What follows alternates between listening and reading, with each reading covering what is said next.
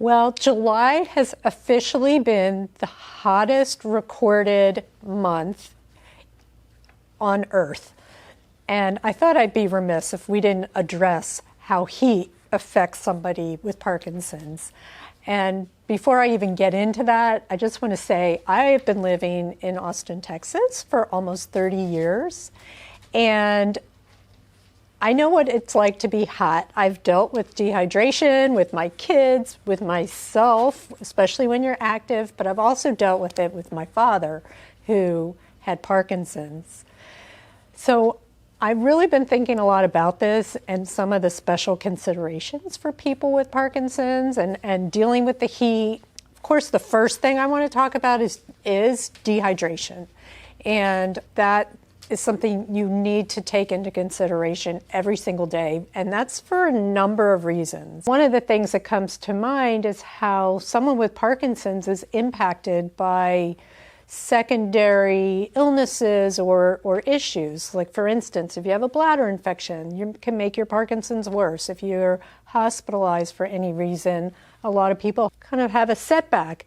Dehydration can also cause that, and of course that's can happen with the heat. And then one of the biggest concerns that I have for people is orthostatic hypotension, which is a symptom that not everyone deals with, but it is a problem when someone's blood pressure drops rapidly. And it's because of the autonomic dysfunction that can be caused from Parkinson's. It can also be caused purely from some of the medications that you might be on. What happens with orthostatic hypotension, the symptoms you might feel are lightheadedness or dizziness, and somebody might observe you getting a blank look on your face, all of a sudden stop talking mid-sentence. Often that will happen as you're changing positions. So you might get up from bed in the morning and all of a sudden you pass out, or you fall down, or you just start wobbling. It can happen just a transition from seated to standing. So these are things that are really concerning, of course, can lead to falls and can be dangerous. So some of the things that I really want you to think about are how you can stay hydrated. Think about what some of the complications are that you're dealing with when it comes to drinking a lot of water. I know a lot of people do not want to be drinking water all day long. If you're feeling dehydrated, you know you need to drink water, but what about if you're also having bladder incontinence? So there's that balance, because a lot of people, they don't want to drink that much because they're afraid they're going to have to go to the bathroom.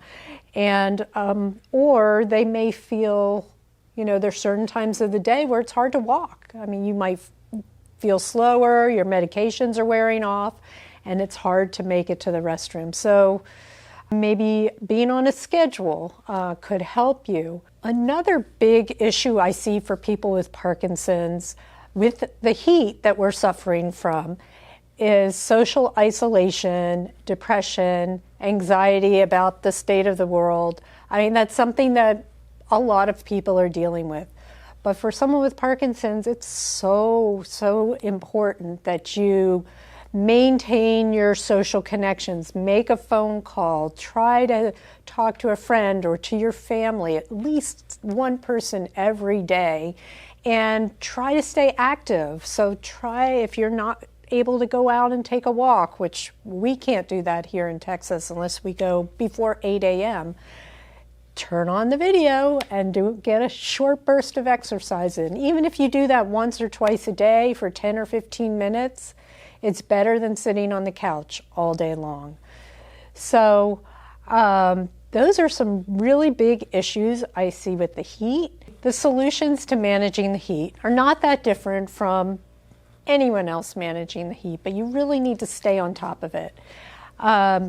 You need to try to stay in a cool place. If you have air conditioning, of course, keep your air on, use a fan, wear light clothing, and try to stay active, try to socialize, try to keep up those important connections. And then the big one, the one we've been talking about for the most of the time, is staying hydrated.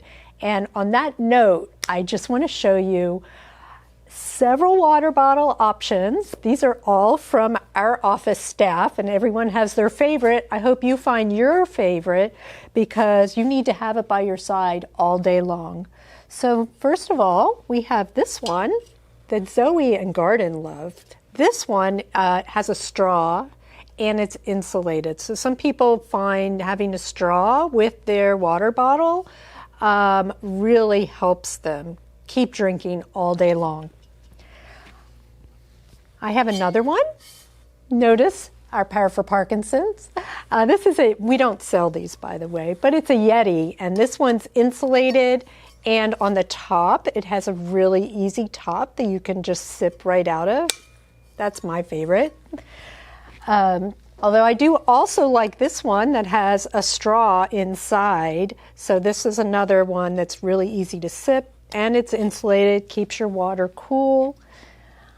Another PFP version, but you can always find your version, your type of water bottle. And then the one that our staff really loves is this one that has the time of day on it. So you can kind of keep up with how much you've drank during the day. And this one has a straw on it too, so it's really cool, really easy to use.